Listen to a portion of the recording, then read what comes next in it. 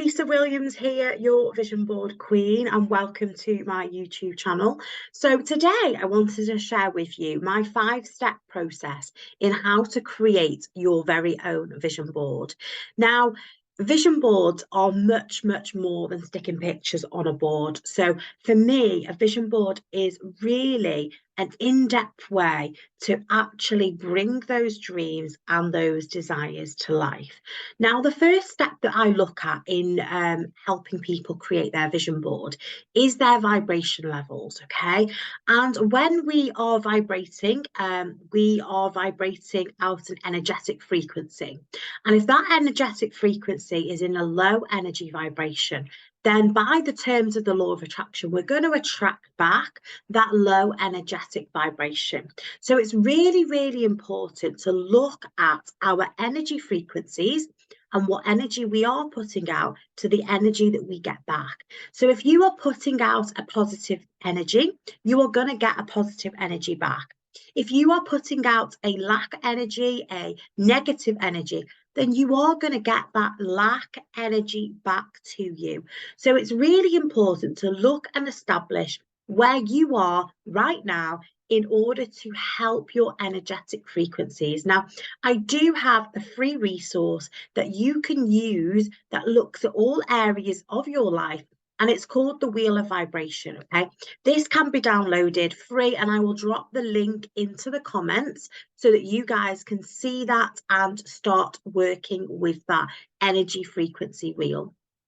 Now, once we've looked at where we are vibrating now, we can then move on to actually asking the universe for what it is we want. So this is the part where we are asking the universe. So one of the big things that I would do here is, rather than get overwhelmed, okay, I want you to really just get a pen and paper. It doesn't have to be anything fancy, a scrap of paper and a pen, and just start doing a brain dump of everything that you want. Now, this can be done as a note format, it can be done as a spider diagram. It does not matter.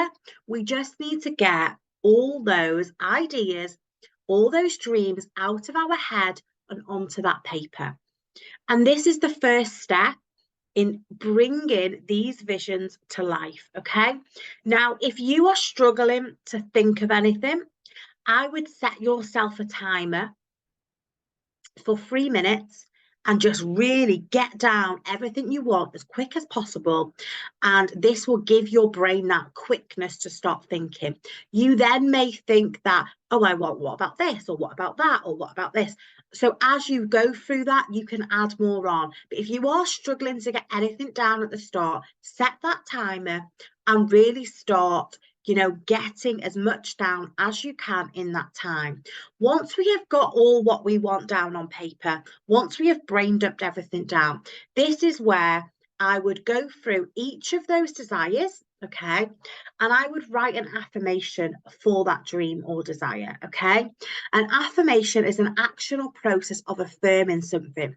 So not only are you going to be creating a board to visually see that, your mind is going to be able to be reprogrammed into believing that to be possible, because the affirmation is going to help you through that process. So writing down an affirmation of each of those dreams and those desires that you can then use as part of your vision board, or you can use as part of your daily affirmation routine. Maybe putting them on a mirror in the morning, maybe reading them out every day or listening to them in a voice note, okay? Either way, all those affirmations that you write down are going to help reprogram this. Because if we are creating a vision board, this is really important to reprogram and start believing in yourself. So we have now got the list of desires, the affirmations. We can then go and find the images to represent that. When we're looking for those images, we want to bring images of experiences that we want to bring to our life, visualizations that we want to see in reality. And those images are going to form that vision board for you. Now, some of my favorite places for images is Pinterest, Google Images, Canva Images, and obviously you've got the magazines. Now, I personally find magazines a very old-fashioned way to create a vision board because a magazine isn't very specific. And when we're creating that vision board, we do need to be as specific as possible. So creating those specific images, it's much, much quicker and easier to find them on the likes of Pinterest or Google Images. The internet has made us create things like vision boards so much more easier. So use the tools that are available. You can create a digital vision board, you can create a physical vision board, you can create a vision book if you want. Whatever you feel is right for you, that is what you need to do. Now, when you're actually taking the time to put the images together on the board, there is no right or wrong way, okay? One of the big things that I've learned is that you might find that if you are a scatty person, your vision board is going to represent that scatty personality. If you are organized and very creative, your vision board is going to represent that in the way you present that vision. But there is no right or wrong way. This is where people use that comparisonitis, okay? And don't do it. Do not compare yourself to anybody else because your vision is never going to be the same as somebody else's. Even if you are in a relationship, each person in that relationship is going to have a vision of how their life is going to be. Now, yes, you may be on the same page, but everyone's vision would be different. If you were both to create a vision board, your vision boards would not be identical. So do not compare yourself to anyone else's vision. Your vision is your vision, and it's your vision that is important for you, okay?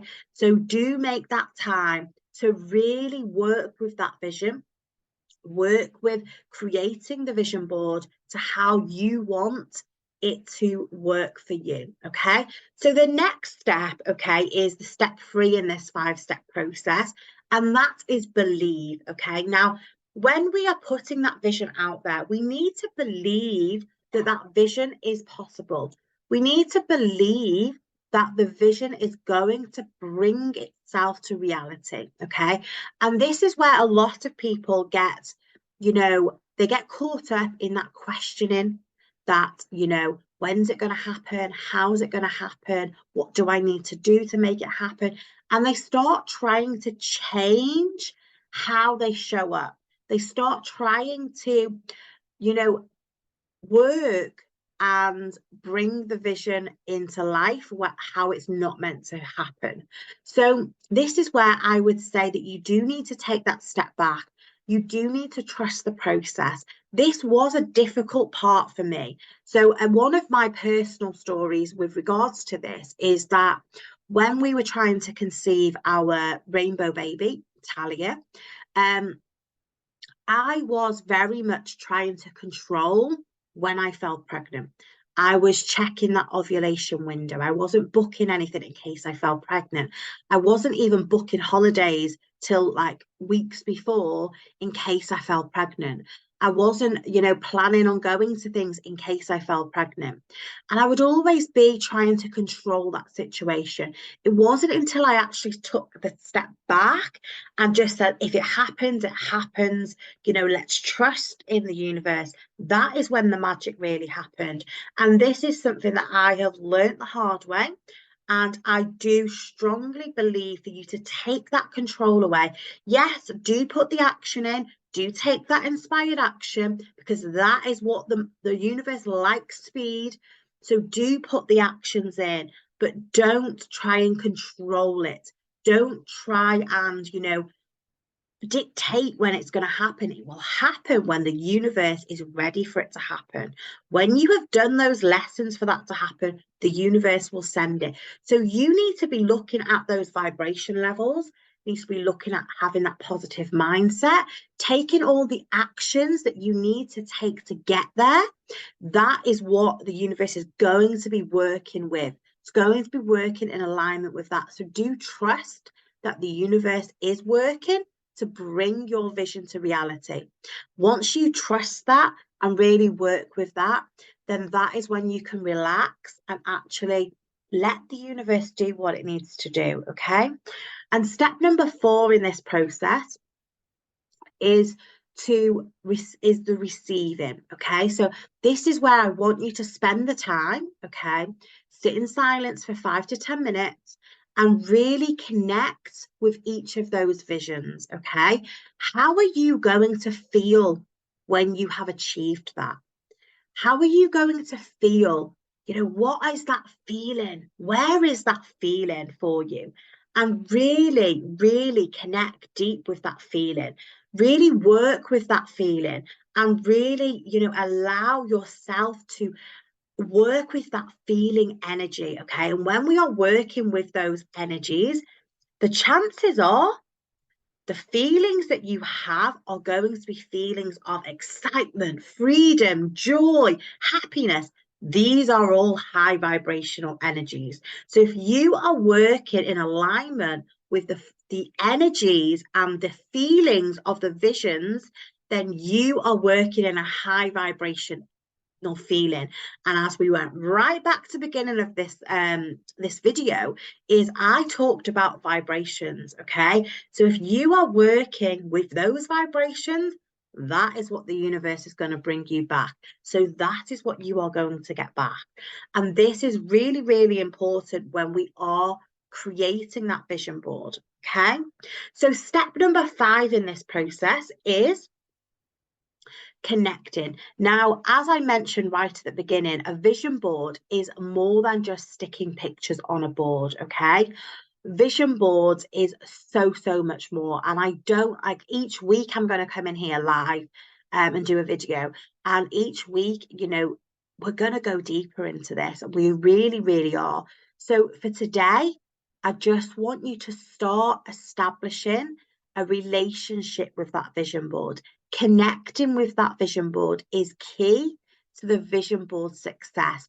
We don't just want to create a vision board and stick it up on the wall and never look at it again, or even put it in a spare room or a cupboard or a wardrobe that you never open, because it's not going to help. The vision board is something you need to connect with. We can do this through journaling, through meditation, through using crystals, through working with the energy of that vision and doing visualizations of how those visions are going to come to reality. And this is really, really important in keeping that connection going with your vision board. Now, I am going to, you know, pop some details in the comments of how you can stay connected with that vision board. I have 21 ways of how you can stay connected with your vision board. So I'm going to leave that in the notes of this video so that you can check out how you can stay connected with your vision board. So that is me for this week. It's very short this week, but those are the 5 steps to help you create that vision board. So do check out the links that I've left in the comments, and thank you so much for tuning in to the Vision Board Queen today via YouTube. Take care, and I'll speak to you very soon.